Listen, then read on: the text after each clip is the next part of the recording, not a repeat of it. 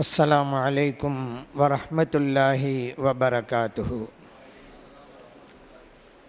الحمد لله رب العالمين والصلاة والسلام على سيدنا محمد وعلى آله وصحبه أجمعين وما توفيقي إلا بالله لا حول ولا قوة إلا بالله العلي العظيم سبحانك لا علم لنا إلا ما علمتنا إنك أنت العليم الحكيم.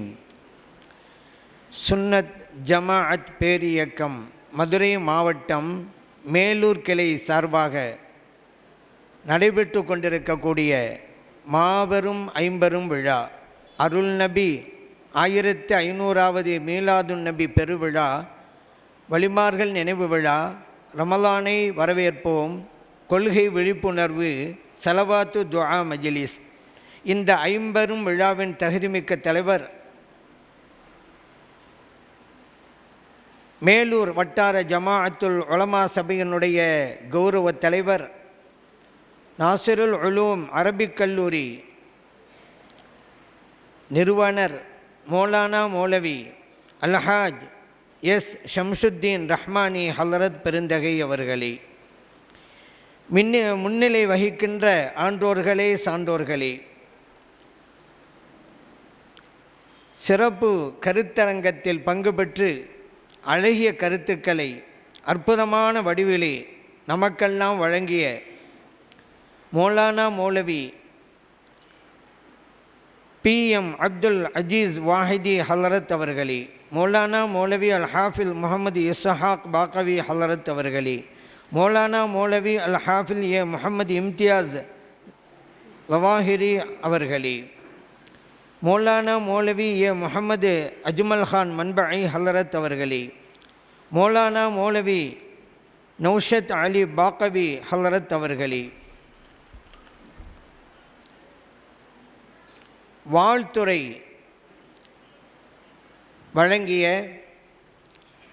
வழங்குவதற்கு வாய்ப்பு நேரம் போதாமையால் இருக்கக்கூடிய கண்ணியத்திற்குரிய உலமா பெருமக்களே, அறிமுக உரையை அற்புதமாக நமக்கு தந்த மேலூர் கிளை சுன்னத் ஜமாத் பேரியக்கத்தின் தலைவர் மௌலானா மௌலவி அல் ஹாஃபில் ஜே ஷேக் அப்துல்லா பிலாலி மிஸ்பாஹி ஹலரத் அவர்களே, எனக்கு பிறகு அற்புதமான உரையை நமக்கெல்லாம் வழங்கவிருக்கிற தமிழ்நாடு ஜமாஅத்துல் உலமா சபையின் தகுதிமிக்க தலைவர் மௌலானா மௌலவி அல் ஹாஃபில் அல்ஹாஜ் PA ஹவாஜா முஈனுத்தீன் பாக்கவி ஹலரத் பெருந்தகை அவர்களே, மேலூர் கிளையின் செயலாளர் மௌலானா மௌலவி நாகூர்கனி ஃபைசி ஹலரத் அவர்களே, தொகுப்புரையை அழகாக வழங்கி கொண்டிருக்கக்கூடிய சுன்னத் ஜமாத் பேரியக்கத்தின் மேலூர் கிளையை சார்ந்த பொருளாளர் மரியாதைக்குரிய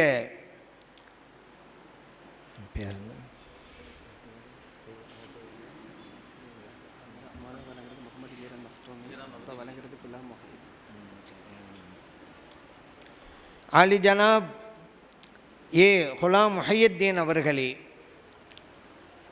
மௌலானா மௌலவி முகமது மீரான் மஹ்தூமி ஹலரத் அவர்களே, மேடையிலே வீற்றிருக்கின்ற ஆண்டோர்களே, சான்றோர்களே, இந்நிகழ்விற்கு வருகை புரிந்து இந்நிகழ்வை சிறப்பித்து கொண்டிருக்கக்கூடிய கண்ணியத்திற்குரிய உலமா பெருமக்களே, அன்பார்ந்த பெரியோர்களே, இளைஞர்களே, சிறார்களே, தாய்மார்களே, சகோதரர்களே, சிறப்புமிக்க இந்த நிகழ்வை நடத்துவதற்காக இறைவனால் தேர்ந்தெடுக்கப்பட்ட சுன்னத் ஜமாத் பேரியக்கத்தின் மேலூர் கிளையை சார்ந்த போற்றுதலுக்கும் பாராட்டுதலுக்கும் உரிய அன்பர்களே, நண்பர்களே, இறைவனால் தேர்ந்தெடுக்கப்பட்ட மாணிக்கங்களே, வைரங்களே, வைடூரியங்களே, புனிதமான நிகழ்வில் நம்மையெல்லாம் பங்கெடுக்க செய்து நல்லதை சொல்லவும் கேட்கவும் வாய்ப்பளித்த எல்லாம் வல்ல இறைவனை போற்றி புகழ்ந்து எனதுரையை தொடங்குகின்றேன். எனக்கு வழங்கப்பட்ட தலைப்பு அகிலம் வியக்கும் உத்தம நபியும் உன்னத சஹாபா பெருமக்களும். என்னுடைய தலைப்பின் கீழ் உள்ள எல்லா கருத்துக்களையும் இந்த கருத்தரங்கத்தில் உரையாற்றினாங்கள்ல சிந்தனையாளர்கள், மார்க்க அறிஞர் பெருமக்கள் அவ்வளோ பேரும் உங்களுக்கு சொல்லிட்டாங்க. ஏன் தெரியுமா? அவங்களுடைய தலைப்பு என்ன? ஏந்தல் நபியை எல்லோரும் ஏற்றுக்கொண்டதன் காரணம் என்ன? பட்டியல் போட்டு சொன்னாங்களா? அதனால தான் அகிலம் வியக்கிறது அவர்களை பார்த்து. இந்த தலைப்பில் தான் அவங்க எல்லாமே பேசினாங்க. ஒவ்வொன்றா நம்ம எடுத்துக்கிட்டாக்கா அந்த சமூகத்தை எப்படியெல்லாம் மாற்றி அமைத்தார்கள், அந்த மக்களுக்கு மத்தியிலே எத்தகைய புரட்சியையும் மறுமலர்ச்சியையும் தோற்றுவித்தார்கள், நாமே வியந்து போகிறோம். அவர்கள் நபி ஸல்லல்லாஹு அலைஹி வஸல்லம் அவர்கள் இறைத்தூதராக அனுப்பப்பட்ட நேரத்தில் அந்த அரபிகள் எல்லாம் ஒருவருக்கொருவர் சண்டையிட்டு கொண்டார்கள். சின்ன பிரச்சனைகளுக்கு ஆண்டாண்டு காலங்கள் சண்டை போட்டுக்கொண்டே இருப்பார்கள். இவர்கள் அத்தனை பேரையும் ஒரு குடையின் நிழலின் கீழே கொண்டு வந்தார்கள் நபிகள் நாயகம் ஸல்லல்லாஹு அலைஹி வஸல்லம் அவர்கள். ஒற்றுமை. இப்போது நாமெல்லாம் ஒற்றுமை வாழ்கிறோமா? ஒன்றாக வாழ்கிறோம். ஒற்றுமையாக வாழ்கிறோமா? இதுதான் கேள்வி. ஏனென்றால் ஒற்றுமையாக வாழ்வது வேறு, ஒன்றாக வாழ்வது வேறு. இப்பொழுதெல்லாம் நம்முடைய வீட்டுக்கு பக்கத்தில் அப்துல் காதர் பாய் வீடு தான், எதிர்த்த வீடு அப்துல் ஜப்பார் பாய் வீடு தான். எல்லாம் ஒன்றாகத்தான் இருக்கிறோம். ஒற்றுமையாக இருக்கிறோமா? இந்த ஒற்றுமையை தோற்றுவித்தவர்கள் தான் நபிகள் நாயகம் ஸல்லல்லாஹு அலைஹி வஸல்லம் அவர்கள். இறைவன் குர்ஆனிலே வஅத்தஸிமு பிஹப்லில்லாஹ், ஒற்றுமை என்கின்ற கயிறை, அது இறைவனின் கயிறு, பல விளக்கம் இருக்குது, ஒற்றுமையும் ஒன்று. கயிற்றை பற்றி பிடித்து கொள்ளுங்கள். ஏன் இறைவன் ஒற்றுமைக்கு கயிறை உதாரணமாக தரணும்? பல கருத்துக்கள் அதில் உள்ளடங்கி இருக்கிறது. நம்மெல்லாம் கிணத்துல தண்ணி எடுக்கும் சொன்னால் வாளியில் கயிறை கட்டி உள்ளே விடுவோம். இந்த நேரத்தில் வாளியிலே இருக்கக்கூடிய, வாளியிலே கட்டப்பட்ட அந்த கயிறு பலமாக இருக்கணும், அப்போ தான் தண்ணி நமக்கு கிடைக்கும். கயிறு பலவீனமாக இருந்து வச்சுக்கிறோங்க, அருந்து போயிடும். அருந்து போயிட்டா தண்ணி கிடைக்காது என்பது மட்டுமல்ல, வாளியும் சேர்த்து போய்விடும்.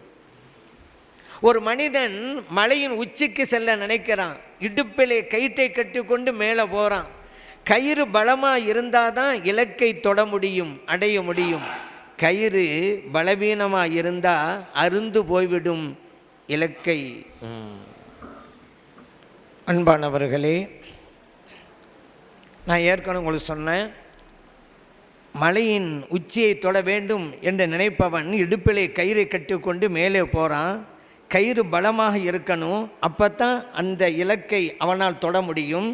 கயிறு பலவீனமாக இருந்தால் கயிறு அருந்து போய்விடும், இவனால் உச்சியை அடைய முடியாது என்பது மட்டுமல்ல, அவன் உயிருக்கே ஆபத்து ஏற்பட்டுவிடும். ஆகவே தான் இறைவன் கயிற்றை உதாரணமாக தந்தான். ஒற்றுமையாக இரு, அதன் பலனை அடைந்து கொள். ஒற்றுமை இல்லை என்றால் அதனுடைய விளைவுகளையும் நீ அடைந்தாக வேண்டும். ஆகவே தான் ஒற்றுமை என்கின்ற கயிற்றை பற்றி பிடித்து கொள்ளுங்கள் என்று இறைவன் சொன்னான். நம்ம மார்க்கத்தை கூட பாருங்கள், கூட்டு தொழுகை என்று இருக்கிறதல்லவா ஜமாத்து தொழுகை. அதனால தான் ஜமாத்தாக தொழுகை நடைபெறும்னு சொல்லிட்டாங்க. அதனால் நீ கவலைப்பட தேவையில்லை, கடைசி வரைக்கும் இருக்கலாம், ஜமாத் தொழுகை தொழுவலாம். நபி ஸல்லல்லாஹு அலைஹி வஸல்லம் அவங்க சொல்கிறாங்க, தனித்து தொழுவதை விட ஜமாத்தாக தொழுதா 27 மடங்கு நன்மைகள் அதிகம் கிடைக்கிறது. ஏங்க, என்னத்தை அதிகமாக செஞ்சிட்டாரு ஜமாத்து தொழுகையில்? தனியாக தொழும்போது என்ன செய்வாரோ அதைத்தானே ஜமாத் தொழுகையும் செய்கிறாரு. அதிகமாக எக்ஸ்ட்ரா எதாவது செய்கிறாரா? ஒரு ரக்காத்துக்கு ஒரு ருக்கோ தனியாக தொழுதாலும், ஜமாத்தா தொழுதாலும் ஒரு ருக்கோ தான். ஒரு தனியாக தொழுதா ஒரு ரக்காத்தில் 2 சஜிதா, ஜமாத்தா தொழுதாலும் அப்படி தான். ஆனால் 27 மடங்கு செயலில் எந்த அதிகமும் இல்லை. 27 மடங்கு எப்படி கிடைச்சிச்சு? ஒற்றுமைக்கு இறைவன் தருகிற பரிசு. அந்த மாதிரி தான்ப்பா இதுவும். எல்லாரும் சேர்ந்து செய்கிறீங்கல்ல, இந்த 27 வச்சுக்க. அதனால தான் எல்லோரும் சேர்ந்து துவா செய்கிறோம் அல்லவா, ஆமீன் துவா. கூட்டு துவான்னு சில பேர் சொல்லுவாங்க. கூட்டு துவாங்கிற வார்த்தை இல்லைங்க. ஆனால் சில கூட்டு துவாவே இல்லை, அது பித்அத் என்பார்கள் வஹாபிகள். நான் சொல்கிறது கூட்டு துவா பித்அத் இல்லைப்பா. அந்த துவாவுக்கு நீ கூட்டு துவான்னு பேர் வச்சல, அதுதான் பித்அத். ஆமீன் துவா அவ்வளோதான்.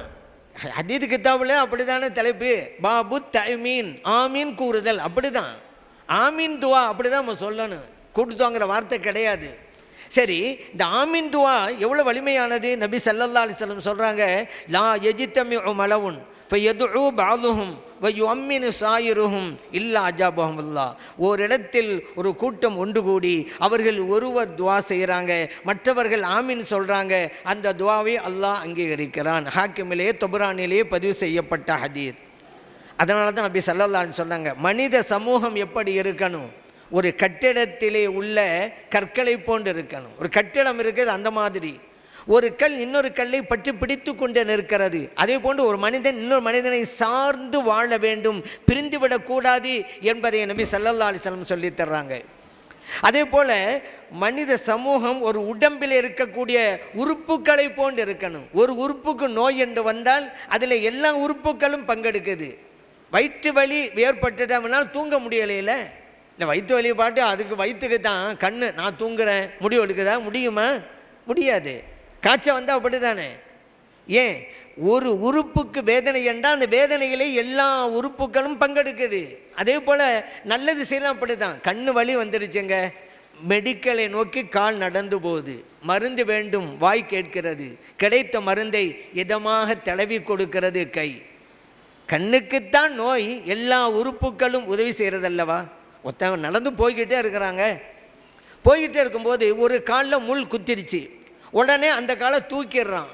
இப்போ ஒரு கால் தான் உடலை சுமந்து கொண்டு நிற்கிறது. இதுவரை 2 கால்களும் சேர்ந்து சுமந்தது அந்த உடலை, இப்போ ஒரு கால் தான் சுமக்கிறது. அந்த கால் முள் குத்திய காலை பார்த்து சொல்லுது, பரவாயில்லப்பா, ஒன்றும் பிரச்சனை இல்லை, ஒன்றை முள் குத்திருச்சு, அதனால் நீ சுமக்க வேண்டியதையும் சேர்ந்து நான் சுமக்கிறேன் என்று சுமக்குதில்ல. ஒரு கால் விட்டுருச்சா? இல்லைப்பா, என் வேலை பாதி தான், ஒரு பாதி நீ தான் அப்படின்னு சொன்னிச்சா? இல்லை இல்லை. அதெல்லாம் நபி ஸல்லல்லாஹு அலைஹி சொல்கிறாங்க, உடல் உறுப்புகளை போன்று நீங்கள் இருங்கள், ஒற்றுமையை. இப்போ சூழ்நிலை என்ன அப்படின்டா, இவன் உதவி செய்யாவிட்டாலும் பரவாயில்லைங்க, எனக்கு உபத்திரம் செய்யாமல் இருந்தால் போதுங்க என்ன நிறைய பேர் சொல்கிறாங்க. அவன் உதவியே பண்ண வேணாங்க, எல்லாருக்கும் இடைஞ்சு கொடுத்துக்கிட்டே தெரியுறாங்க அப்படிங்கிறாங்கல்ல. ஒரு திருடன் ஒரு வீட்டுக்கு போனான், அங்கே வயசான அம்மா இருந்தாங்க. அந்த அம்மாவை கயிறு எடுத்து தூணில் கட்டி விட்டான், இருந்த நகை பணத்தெல்லாம் எடுத்துக்கிட்டு வெளியே போகிறான். அந்த நேரம் பார்த்து அந்த அம்மா சொல்லுது, டே நீ போகிறது தான் போகிற, அப்படியே எதிர்த்த வீட்டுக்கும் போயிட்டு போ, அங்கேயும் நிறைய பணம் இருக்குது, நிறைய நகை இருக்குது அப்படின்னு அம்மா சொல்லுதுங்க.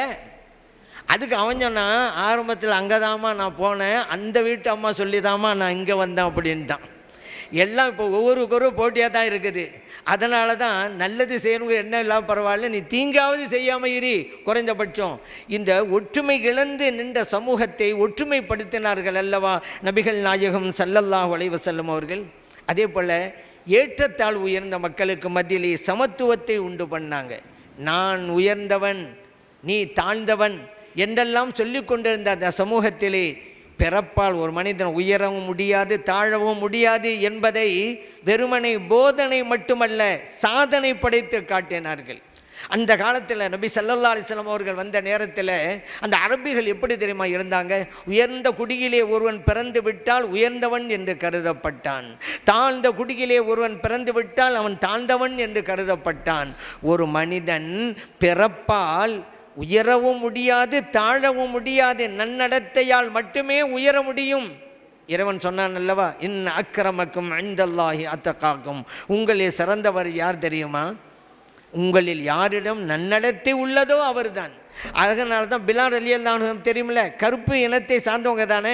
கடைசியில் குறைஷிகள் எல்லாம் பிலால் ரலியல்லாஹு அன்ஹு அவங்களை பார்த்து சையதனா எங்கள் தலைவரே என்று அழைக்கிற அளவிற்கு அவர்களுடைய தரத்தை உயர்த்தியது என்றால் அதுதான் இஸ்லாம். இன்னைக்கு சொல்லுவாங்க, பிறப்புக்கும் எல்லா உயிர்க்கும் யாதும் ஊரே யாவரும் கேளிர், எல்லாம் ஏட்டளவில் இருக்கிறது, வெறும் பாட்டளவில் இருக்கிறது, நடைமுறைக்கு வந்ததா? இல்லையே. எத்தனை சாதிகள் சாதிக்கு சங்கம் வைத்திருக்கிறார்கள், சங்கம் இல்லாத சாதியை நீங்கள் காமிக்க முடியுமா? அதான் ஒரு கவிஞன் சொன்னால், இங்கே சாதிக்கு சங்கம் உண்டு, எதையும் சாதிக்கத்தான் சங்கம் இல்லை அப்படின்னு சொன்னான். ஆனால் நீங்கள் இஸ்லாத்தில் நீங்கள் எடுத்துக்கிறங்க, சாதி என்பதே கிடையாதுங்க. ஒரு முஸ்லீமை கூப்பிட்டு நீ என்ன சாதின்னு கேளுங்க, பதில் சொல்ல தெரியாது. இதுதான் இஸ்லாம், இங்கு தான் நிற்கிறது இஸ்லாம், பதில் சொல்ல முடியாது. நேற்று வரைக்கும் ஒரு சாதியில் இருந்திருப்பார். இன்னைக்கு இஸ்லாமை தழுவி விட்டால் அவரை பார்த்து உன் சாதி என்ன பதில் சொல்ல தெரியாது. இன்னைக்கு வேறு சில சமயங்கள் உண்டு, ஒரு சமயத்திலேருந்து இன்னொரு சமயத்துக்கு போவாங்க, மதம் மாறும், சாதி மாறாது. ஆனால் இஸ்லாத்தில் அப்படி இல்லை, மதம் மாறும். ஒரு வேறு மதத்தில் இருப்பார், இஸ்லாம் வந்துடுவார், சாதி இருக்காது. இதுதான் இஸ்லாத்தினுடைய பெருமை. இதை உருவாக்கி காட்டியவர்கள் நபிகள் நாயகம் ஸல்லல்லாஹு அலைஹி வஸல்லம் அவர்கள் தானே. அதான் இப்போ இன்றைக்கி நம்மெல்லாம் முஸ்லீம்களாக இருக்கிறோம்ல, நம்முடைய முன்னோர்கள்லாம் யாருங்க? இன்றைக்கி இருக்கக்கூடிய பிற சமயத்து மக்கள் எல்லாம் இரத்த உறவுமாங்க. நம்மளை பார்த்து முஸ்லீம்கள்லாம் யார்? எங்களுடைய இரத்த உறவுகள்மாங்க. உண்மைதாங்க. அவங்களுடைய பாட்டனார்கள் நம்முடைய பாட்டனார்கள்லாம் அண்ணன் தம்பியாக தானங்க இருந்தாங்க. நம்முடைய பாட்டனார் பூட்டனார் இஸ்லாத்தை ஏற்றுக்கொண்டாங்க, அவங்களுடைய பாட்டனார் பூட்டனார் இஸ்லாத்தை ஏற்கல, அவ்வளோதான். எல்லாம் அண்ணன் தம்பியாக இருந்தவங்க தான், இரத்த உறவு தான், சந்தேகமே கிடையாது. நம்மளாம் அரபு நாட்டிலேருந்து இறக்குமதி ஆனவங்களா? இந்த நாட்டின் சொந்தக்காரர்கள், மண்ணின் மைந்தர்கள், அரபு நாட்டிலேருந்தெல்லாம் வரல நம்ம. அப்போ ஏன் அந்த மக்கள் வந்தாங்க? பார்த்தாங்க, என்னடா இது உயர்ந்த குலம் தாழ்ந்த குலம் அப்படிலாம் சொல்லிட்டு நம்ம அடக்கப்படுகிறோம், ஒடுக்கப்படுகிறோம், இதற்கு தீர்வென்ன சிந்திச்சுக்கிட்டே இருந்தாங்க. இஸ்லாம் வந்தது, வாரி அணைத்து கொண்டார்கள். அதான் சொல்லுவாங்கல்ல, பல காலம் பிரிந்திருந்த குழந்தையை பார்த்தவுடன் எப்படி குழந்தையை வாரி அணைத்து கொண்டால் அப்படி ஏக்கம் இருந்து கொண்டே இருந்தது. இவருக்கு தீர்வு வேணும்ண்டு அடிமை விலங்கை உடைத்து விடுவதற்கு காரணமாக அமைந்தது அந்த இஸ்லாம் தான். அதனால் இவ்வளவு சூழ்நிலை உண்டாக்குனது யாருங்க? இன்னைக்கு இஸ்லாத்தை பிடிக்காதவர்கள் கூட இதை சொல்லி பெருமைப்படுகிறார்களா இல்லையா? இதுதான் நபி ஸல்லல்லாஹு அலைஹி வஸல்லம். ஆகவே தான் அவர்களை அகிலம் வியந்து பார்க்கிறது. அதே போல் நபி ஸல்லல்லாஹு அலைஹி வஸல்லம் அவர்களும் இருந்த உயர்ந்த குணங்கள் பல உண்டு. அதில் ஒன்று பிறரை மன்னித்தல். ஃபதஹ மக்கா, மக்கா வெற்றி. அப்போ எல்லாரும் மன்னிச்சிட்டாங்க. அப்போ இருந்த மக்கள் எல்லாம் நமக்கு ஏதாவது தண்டனை வந்து விடுமோ, நபி ஸல்லல்லாஹு அலைஹி வஸல்லம் அவர்கள் நம்மை பழி வாங்கி விடுவார்களோ என்கின்ற அச்சம் பயம் இருந்தது. ஏன்னா அவ்வளவு கொடூரங்களை கொடுத்தாங்கல்ல, அவ்வளோ சிரமங்களை கொடுத்தாங்கல்ல. நபி ஸல்லல்லாஹு அலைஹி வஸல்லம் அவர்களை பின்பற்றிய மக்களுக்கு கூட சித்திரவதைகள் செஞ்சாங்கல்ல. எந்த அளவுக்கு நபி ஸல்லல்லாஹு அலைஹி வஸல்லம் அவர்கள் நடந்து போனால் அங்கே கற்களையும் முற்களையும் புதைத்து வைத்தார்களே. நபி ஸல்லல்லாஹு அலைஹி வஸல்லம் அவர்கள் தொழுத போது அவர்களுடைய தலைக்கு மேலாக ஒட்டக குடலை போட்டு கைகொட்டி சிரித்தார்களே. நபி ஸல்லல்லாஹு அலைஹி வஸல்லம் அவர்கள் பிறந்து வளர்ந்த சொந்த மண்ணிலிருந்து விரட்டி அடித்தார்களே. இதையெல்லாம் செய்த நமக்கு எவ்வளவு தண்டனை கிடைத்தாலும் தகும் என்று தான் நினைக்கிறாங்க, பயந்துகிட்டு இருக்கிறாங்க. நபி ஸல்லல்லாஹு அலைஹி சொன்னாங்க, ஏங்க பயப்படுறீங்க? இன்னமா அன இப்னு இம்ரஅத்தின் கானத்து தஅக்குலுல் கதீத், காய்ந்த ரொட்டி துண்டை தின்று வளர்ந்த, காய்ந்த மாமிச துண்டை தின்று வளர்ந்த ஒரு சாதாரண பெண்மணியின் மகன்தான் நான். என்னை கண்டு ஏன் பயப்படுறீங்க? எவ்வளோ ஒரு பணிவு பார்த்தீங்களா? இதுதான் இமாம் முஹம்மது கபீர் ரிஃபாய் ரஹ்மத்துல்லாஹி அலைஹி கூட சொல்கிறாங்கல்ல, பணிவு தாங்க ஒரு மனிதனை உயர்த்தும். எந்த அளவுக்கு உதாரணம் சொல்கிறாங்க, பூசணி கொடியை பாரப்பா, அது தன்னை தாழ்த்து கொண்டு மண்மேலே படர்ந்து போகுது, நிமிர்ந்து நிற்கலை. படர்ந்து போகிறதுனால அந்த பூசணிக்காயை சுமக்கிற பணியை அல்லாஹு தாலா மண்ணுக்கு கொடுத்துட்டான். பூசணிக்காயை கொடி சுமக்கிறது இல்லை, ஏன்? தன்னை தாழ்த்தி கொண்டதுனால. அதே நேரத்தில் பனைமரத்தை பாருங்கள், தென்னை மரத்தை பாருங்கள், ஈச்ச மரத்தை பாருங்கள், அவைகளெல்லாம் நிற்கின்றன, நிமிர்ந்து நிற்கின்றன. எனவே இறைவன் என்ன செஞ்சான்? உன் சுமைகளை நீயே சுமக்க வேண்டும் என்று ஆக்கிவிட்டான். தென்னை மரம் எடுத்துக்கிட்டால் தேங்காய், மட்டை, பாலை எல்லாத்தையும் யார் சுமக்கிறது? மரம் தானே. ஏன்? நிமிர்ந்து நிற்கிறியல்ல, சும. பணிவுள் தான் உயர்வு இருக்கிறது. நிமிர்ந்து நின்றோன்னு வைங்க, பல சிரமங்களுக்கு ஆளாகணும். இது அஹ்மது கபீர் ரிஃபாய் ரஹ்மத்துல்லாஹி அலைஹி அவங்க சொல்லி காட்டுறாங்க. நபி ஸல்லல்லாஹு அலைஹி வஸல்லம் அவர்கள் நாடாளும் மன்னராக இருந்தாலும் கூட எவ்வளோ பெரிய பணிவு. இப்போலாம் நம்ம பார்க்குறோமே, ஒரு ஆட்சி மாறிட்டா ஏற்கனவே ஆட்சியில் இருந்தவர்களுக்கு பழி வாங்குறாங்கல்ல, அடுத்த ஆட்சி மாறுது, பழி வாங்கும் படம் தொடருது சொல்கிறாங்கல்ல. நபி ஸல்லல்லாஹு அலைஹி வஸல்லம் அவர் இப்படி செஞ்சாங்களா? நினைத்தால் எதுவும் செய்ய முடியும். அந்த நேரத்தில் நாடே தனது கையில், தனக்கு கொடுமைப்படுத்தவர்களுக்கு தண்டனை கொடுத்தாலும் தகும், அதுதான் நீதியும் கூட. ஆனாலும் மன்னித்தார்கள் நபி ஸல்லல்லாஹு அலைஹி வஸல்லம் அவர்கள். அவங்கள வெட்கப்பட்டு போனாங்க. இன்னா செய்தாரை ஒருத்தல் அவர் நாண நன்னையும் செய்து விடல் என்று சொல்லுவாங்கல்ல. ஏன்னா ஒரு ஆளுக்கு நம்ம தண்டனை கொடுக்க நினைக்கிறோம், நமக்கு தீங்கு செஞ்சிட்டான், அவனுக்கு நம்ம தண்டனை கொடுக்க நினைக்கிறோம். என்ன செய்யணுமா, அவன் வெட்கப்படுகிற அளவுக்கு நல்லது செஞ்சுக்கு. போயும் இந்த நல்ல மனிதருக்கா நான் தீங்கு செஞ்சேன் என்று அவன் நினைக்கணும், வெட்கப்படணும். அந்த அளவுக்கு நல்லது செஞ்சிரு. இதற்கு இலக்கணமாக வாழ்ந்து காட்டிய பெருமை கண்மணி நாயகம் ஸல்லல்லாஹு அலைஹி வஸல்லம் அவர்களுக்கு உண்டு. அப்படியெல்லாம் எல்லாரும் மன்னித்தனால தானே மௌலிது ஷரீஃப் நம்ம ஓதும்போது அந்த கஃபாருல் ஹத்தாயா சொல்கிறோம்ல. யாரை சொல்லலாம், நீங்கள் தவறுகளை மன்னித்தவர்கள், பாவங்களை மன்னித்தவர்கள். ஏன் அவங்க மன்னித்தார்கள், ஆகவே தான் சொல்கிறோம்.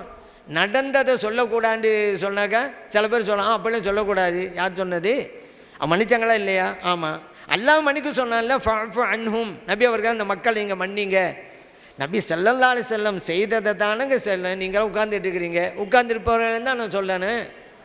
நான் நின்றுக்கிட்டு இருக்கேன், என்னை பார்த்து நிற்பவரேன்னு நீங்கள் சொல்லணும். நபி ஸல்லல்லாஹு அலைஹி வஸல்லம் மன்னிச்சாங்களா இல்லையா? மன்னிச்சாங்க, மன்னித்தவர்கள் தான் சொல்லணும். விளங்கணுங்க ஃபஸ்ட்டு. இப்போ சில பேர் தானும் விளங்குறது இல்லை, மற்றவங்க விளங்க விடுறதில்லை, அந்த மாதிரி இருக்கிறாங்க. ஒரு ஆள் அரசாங்க பஸ்ஸில் ஏறினாருங்க. அதில் ஒரு ஃபோட்டோ தொங்குனுச்சு, திருவள்ளுவர் ஃபோட்டோ, உங்களுக்கெல்லாம் தெரியும். இப்படி ஏறுறவர் அந்த ஃபோட்டோ பார்த்தாரு, யாருடைய ஃபோட்டோன்னு அவர் தெரியலை. ஏன்னா மலைக்கு கூட ஒதுங்காத ஆள் பள்ளிக்கூடத்துக்கு, அதனால் யாருன்னு தெரியலை. பக்கத்து உள்ளவர்கிட்ட கேட்டார், ஏங்க இது யாருடைய ஃபோட்டோ? அந்த ஆள் சொன்னால் இது இந்த பஸ்ஸு ஓனருடைய ஃபோட்டோ அப்படின்னா. அவன் அப்போ அடுத்து கேட்குறாரு, ஏங்க ரொம்ப கவலையாக இருக்கிறார் அவர், பஸ்ஸு நஷ்டத்தில் ஓடுதான், அதுக்கு வழக்கம் சொல்கிறான் அவன். இப்படி சில பேர் தெரியாவிட்டால் தெரியலன்னு சொல்கிறதே இல்லை, தெரிஞ்ச மாதிரி சொல்லுவாங்க. அந்த மாதிரி நபி ஸல்லல்லாஹு அலைஹி வஸல்லம் அவர் விஷயத்தில் கூட அந்த கஃபாருல் ஹத்தாயா அதெல்லாம் சொல்லக்கூடாது என்று சொல்கின்ற அறியாமையில் இருப்பவர்களும் இப்பொழுது இருந்து கொண்டு தான் இருக்கிறார்கள். நபி ஸல்லல்லாஹு அலைஹி வஸல்லம் ஏன் அவர்கள் எல்லோரையும் மன்னிச்சாங்க? அவர் ரஹ்மத்தாக இருந்தாங்க. இறைவன் குர்ஆனில் சொன்னான்ல, வமா அர்சல்னாக்க இல்லா ரஹ்மத்தல் லில் ஆலமீன். நபி அவர்களே அகிலத்திற்கெல்லாம் அருட்கொடையாக உங்களை நாம் அனுப்பி வைத்தோம் என்று அல்லாஹ் சொன்னான்ல. அருட்கொடை எல்லாருக்கும் தாங்க. அகிலம்னு சொன்னால் முஸ்லீம்கள், முஸ்லீம் அல்லாதவர்கள், படைப்புக்கள் எல்லாம் உள்ளடங்க. முஸ்லீம் அல்லாதவர்களுக்குமா? ஆமாம். ஆனால் அவங்க பயன்படுத்தாமல் இருக்கிறாங்க, அவ்வளோதான். ஸல்லல்லாஹு அலைஹி வஸல்லம் எல்லாத்தையும் ரஹ்மத்தாக தான் இருக்கிறாங்க. முஸ்லீம்கள் பயன்படுத்தி கொண்டார்கள், மற்றவர்கள் பயன்படுத்தலை. உதாரணத்துக்கு சொல்லதாக இருந்தால், மழை பெய்யுதுங்க. மழை பெஞ்சால் தாய் தன்னோட 2 மகளை கூப்பிட்டு மழை தண்ணி பிடிக்கணும், பாத்திரத்தை கொண்டு போய் வைங்கம்மா அப்படின்னாங்க. நம்ம ஊர்லலாம் அந்த கூரையில் விழுகிற தண்ணி பிடிக்க பாத்திரத்தை வைப்பாங்கல்ல, அந்த மாதிரி வைக்க சொன்னாங்க. அக்காவும் கொண்டு போய் வச்சுட்டாங்க, தங்கச்சியும் போய் வச்சுட்டாங்க. மழை பெஞ்சு முடிஞ்சிச்சு. அக்கா வச்ச பாத்திரம் தண்ணீரால் நிரம்பி இருந்தது, தங்கச்சி வச்ச பாத்திரத்தில் ஒரு சொட்டு தண்ணி கூட கிடையாது. என்னண்டா, அக்கா பாத்திரத்தை நிமித்தி வச்சாங்க, தண்ணி அதில் விழுந்தது, பாத்திரம் நிரம்பி விட்டது. தங்கச்சி பாத்திரத்தை கவுத்து வச்சுட்டு வந்துட்டாங்க. வீடுகளில் தாய்மார்கள் எல்லாம் பாத்திரத்தை கழுவி கவுத்தி தான் வைப்பாங்க, அப்போ தான் காயும் சொல்லி. அக்கா பாத்திரத்தை நிமித்தி வச்சாங்க, பிரச்சனை இல்லை. தங்கச்சி இந்த கவுத்தி வைக்கப்பட்ட பாத்திரத்தை அப்படியே எடுத்து போய் அப்படியே வச்சுட்டு வந்துருச்சு. தண்ணி இல்லை. மழை சொன்னதா நான் அக்காவுக்கு தான் பெய்ய வேண்டு இல்லை, பொதுவாக எல்லாருக்கும் தான் பெஞ்சிச்சு. ஆனால் அக்கா பயன்படுத்தி கொண்டார்கள், தங்கச்சி பயன்படுத்தாமல் போனாங்க. மழை என்னமோ எல்லாருக்கும் தான் பெய்தது. அதே போன்றுதான் நபி ஸல்லல்லாஹு அலைஹி வஸல்லம் அவர்கள் எல்லோருக்கும் அருட்கொடையாக இருக்கிறார்கள். முஸ்லிம்கள் பயன்படுத்தி கொண்டார்கள், மற்றவர்கள் பயன்படுத்தாமல் போனார்கள். சுன்ன ஜமாத்தினர்கள் பயன்படுத்தி கொண்டார்கள், மற்றவர்கள் பயன்படுத்தாமல் போனார்கள். இதுதான். இப்போ நபி ஸல்லல்லாஹு அலைஹி வஸல்லம் அவர்களை இந்த அகிலம் வியப்பதற்கு இன்னொரு காரணம் அவர்களுடைய அழகிய குணம். நபி ஸல்லல்லாஹு அலைஹி வஸல்லம் பழகும் முறை நீங்களாம் ஆச்சரியப்பட்டு போவீங்க. தெருவில் நடந்து போனால் சிறுவர்களை பார்த்தா அஸ்ஸலாம் அலைக்கும்னு அவங்க முந்திக்குருவாங்க. சலாம் சொல்வதிலே ஒரு ஒழுங்குமுறையை கற்றுத்தருகிறார்கள் நபி ஸல்லல்லாஹு அலைஹி வஸல்லம் அவர்கள். யாருக்கு சலாம் சொல்வது? சிறியவரும் பெரியவரும் சந்தித்து கொண்டால் சிறியவர் தான் பெரியவருக்கு சலாம் சொல்ல வேண்டும், முறை. ஒருவர் நடந்து போகிறாரு, இன்னொரு வாகனத்தில் போகிறாரு, வாகனத்தில் போகிறவர் தான் நடந்து போகக்கூடியவருக்கு சலாம் சொல்லணும், முறை. 2 குழுக்கள் சந்தித்து கொள்ள வச்சுக்கிறோங்க, சின்ன கூட்டம் பெரிய கூட்டம். சின்ன கூட்டம்தான் பெரிய கூட்டத்துக்கு சலாம் சொல்லணும். ஒருவர் வருகிறார், நாம் இருக்கிற இடத்துக்கு ஒரு ஆள் வர்றான்னு வைங்க, வருபவர் தான் சலாம் சொல்லி கொண்டு வர வேண்டும். இது முறை. மாறி செஞ்சாலும் பிரச்சனை இல்லை, மார்க்க கூடாதுங்கிறதல்ல. யார் சலாம் சொல்கிறாங்களோ ஆரம்பத்தில் அவங்களுக்கு நன்மை அதிகம் கிடைக்கும். சரி, அது இருக்கட்டும். இந்த முறையில் நபி ஸல்லல்லாஹு அலைஹி வஸல்லம் சிறியவர் தானே பெரியவருக்கு சலாம் சொல்லணும்னு சொல்லி தந்தாங்க. ஆனால் அந்த நபி ஸல்லல்லாஹு அலைஹி வஸல்லம் அவர்கள் தெருவிலே நடந்து போனால் சிறுவர்களை பார்க்கின்ற போது அஸ்ஸலாமு அலைக்கும் அஸ்ஸலாமு அலைக்கும்னு சொல்லுவாங்க. ஏன்? அவர்களுடைய தன்னடக்கமும் பணிவும் தான் காரணம். மற்றவர்கள் பாடமாகவும் இருக்கிறாங்க. நபி ஸல்லல்லாஹு அலைஹி வஸல்லம் அவர்கள் யாராவது முசாஃபஹா செய்தால், யாரோடு முசாஃபஹா செய்கிறார்களோ அவர் தனது முகத்தை திருப்பாத வரைக்கும் தங்கள் முகத்தை திருப்ப மாட்டார்கள் நபிகள் நாயகம் ஸல்லல்லாஹு அலைஹி வஸல்லம் அவர்கள். முசாஃபஹா யாரோடு செய்கிறார்களோ அந்த மனிதர் தனது கைகளை எடுக்காத வரைக்கும் தங்கள் கைகளை எடுக்க மாட்டார்கள் நபிகள் நாயகம் ஸல்லல்லாஹு அலைஹி வஸல்லம் அவர்கள். அப்படிப்பட்ட அழகிய பண்பும் குணமும் அவர்களிடம் இருந்தது. அதனால் தானே இறைவன் சொன்னான், இன்னக லஅலா ஹுலுகின் அலீம், நீங்கள் மேலான நற்குணத்திலே இருக்கிறீர்கள் என்று இறைவன் புகழ்ந்து பேசுகிறான் என்றால் அதுதான் காரணம். இப்படிப்பட்ட அழகிய பண்புகள் அவர்களிடம் இருந்ததால் தான் அகிலம் அவர்களை பார்த்து வியந்து போனது. அதே போல் சட்டம், இன்றைக்கெல்லாம் சட்டம் எப்படிங்க இருக்குது? வலியவன் தவறு செய்தால் தப்பிச்சிடுறாங்க, எளியவன் தவறு செஞ்சால் தண்டிக்கப்படுறான். இங்கே கூட பார்க்கணும்ல, எந்த தவறுகளை கூட ஒரு குறிப்பிட்ட கட்சியை சார்ந்தவர்கள், ஆளுங்கட்சியை சார்ந்தவர்கள் தவறு செஞ்சுட்டால் விடப்படுகிறார்கள். மற்றவர்கள் குறிப்பாக முஸ்லீம்கள் ஏதாவது தப்பு பண்ணால் மிகப்பெரிய அளவுக்கு தண்டிக்கப்படுகிறார்கள். நீதி இருக்கிறதா? நியாயம் இருக்கிறதா? நேர்மை இருக்கிறதா? இல்லை. ஆனால் நபி ஸல்லல்லாஹு அலைஹி வஸல்லம் அவருடைய ஆட்சி காலத்தில் எப்படி? நீதி நேர்மை தான். எந்த அளவிற்கு? ஒரு கட்டத்தில் மஹ்சூமியா கூட்டத்தை சார்ந்த ஒரு பெண்மணி திருடிட்டாங்க, கை துண்டிக்கப்பட வேண்டும், இஸ்லாமிய சட்டத்தை பிறப்பிச்சிடுறாங்கங்க. எல்லாம் ஆச்சரியப்படுறாங்க, எப்படி உயர்ந்த குடும்பமாச்சே. நபி ஸல்லல்லாஹு சொன்னாங்க, ஃபாத்திமா திருடினாலும் அந்த சட்டம் தான் அப்படின்ட்டாங்க. விஷயம் முடிஞ்சு போச்சு. ஆனால் இப்போ அப்படி இருக்குதா?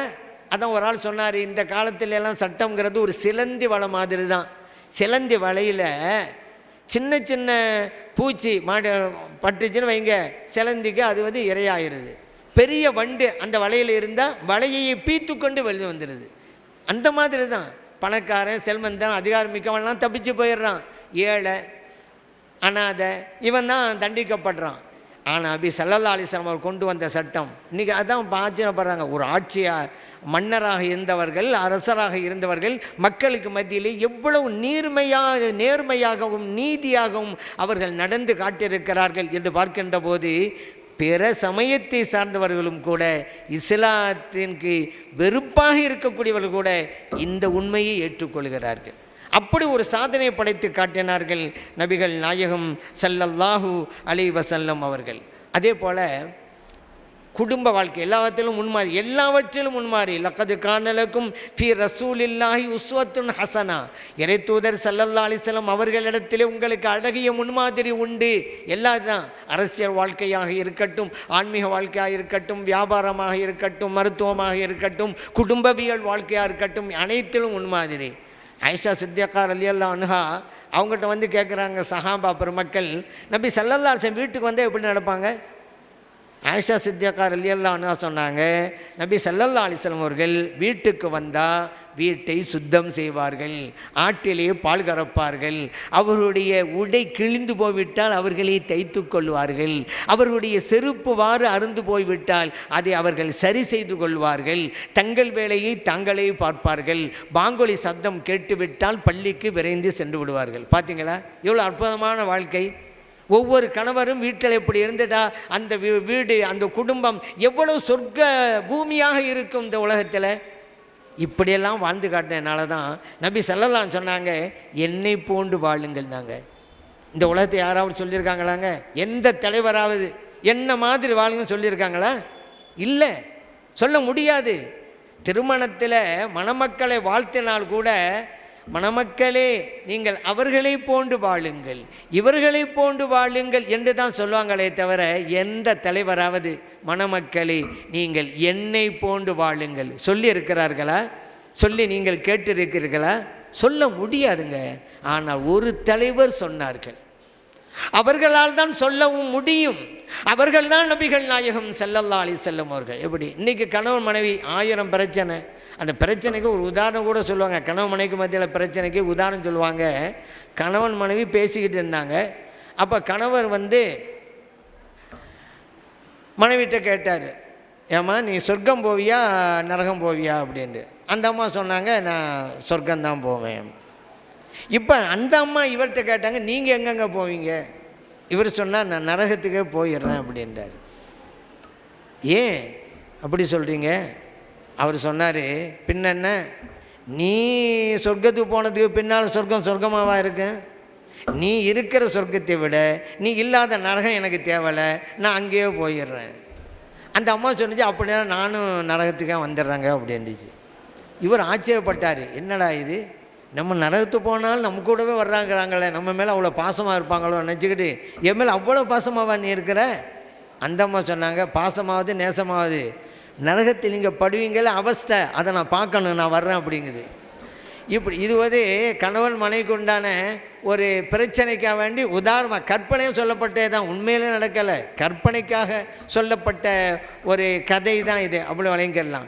இப்படி ஒரு கணவன் மனைவிக்கு மத்தியில் இருக்கக்கூடிய பிரச்சனைகள்லாம் இருக்கக்கூடாது, ஒருவருக்கொரு புரிந்து வாழ வேண்டும் என்பதற்கு நபி ஸல்லல்லாஹு அலைஹி வஸல்லம் அவர்கள் முன்மாதிரியாக இருந்தாங்கல்ல. குடும்ப வாழ்க்கை எத்தனை பேர் வெளி வாழ்க்கையிலே வெற்றி அடைந்தார்கள், சொந்த வாழ்க்கையிலே குடும்ப வாழ்க்கையிலே தோற்று போய்விட்டார்கள். எத்தனை பேர் இன்னைக்கு இருக்கிறாங்க?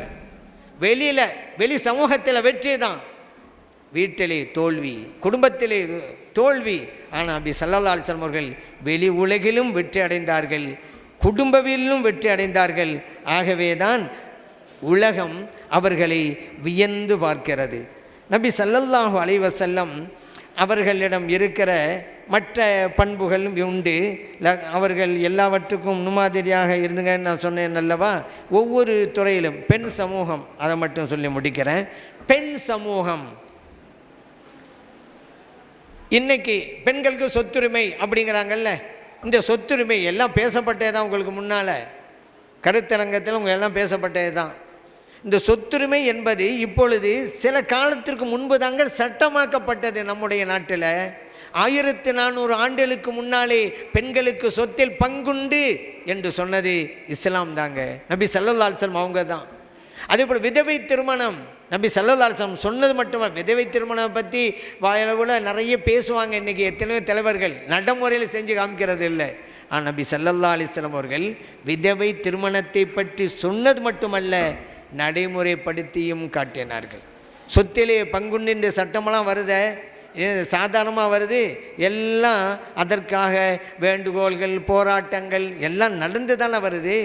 ஆனால் நபி ஸல்லல்லாஹு அலைஹி வஸல்லம் காலத்தில் இந்த சட்டம் வந்துச்சு, இதற்காக யாராவது கோரிக்கை வைத்தார்களா? இதற்காக யாராவது ஆர்ப்பாட்டம் நடத்தினார்களா? போராட்டம் நடத்தினார்களா? இல்லை.